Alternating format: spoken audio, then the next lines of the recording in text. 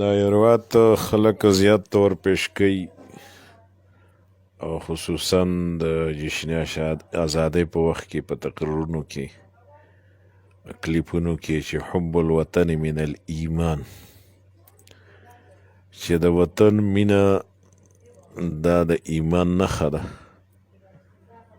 او څوک پکې بیا دا هم وایي چې نبي علیه الصلاة والسلام په وطن پسې جړل، او که وطن خوږ نه وی وطن پسې بچا نه جړل، او که وطن خوږ نه وی وطن پسې به پاک رسول الله نه جړل. دا قصې میسې کوي خلک. نو بهرحال دا حب الوطن من الایمان کې زموږ خبره ده چې دا روایت د حدیث نه دی، بالکل موضوعي دی. نبی علیه الصلاة والسلام ته د نسبت کول صحیح نه دي. حافظ سغانی رحمت اللہ علیہ کشف الخفات 393 صفحہ اول جلد کی لکھی چې موضوع.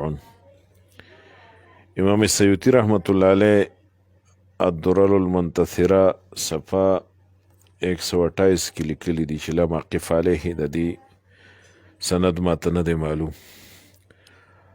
دغه شانه علامه زرکشي رحمه الله هغه لیکلي دي الاسرار المرفوعه 189 صفحه کې لا مقف علیه، او د معین الدین صفوي قول نقل کړی دی الاسرار مرفوعه 189 کې چې لیس بثابت.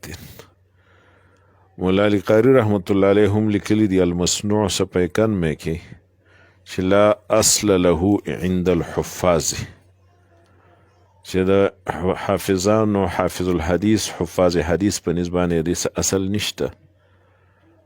او علامه محمد ابن درویش الهود رحمت الله علیه اسن المطالب 123 صفحه کې لیکلي دي حدیث موضوع، چې دا بالکل منګړت دی. او علامه غزی رحمت الله علیه اغم لیکلی دی الجلد الحسیس صفحه 125 کی چې لیس بحدیث دا د سره حدیث نه دی. علامه امیر مالکی رحمت الله علیه امیر مالکی رحمت الله علیه لیکلی النخبة البهیه صفحه 52 کی لم يعرف.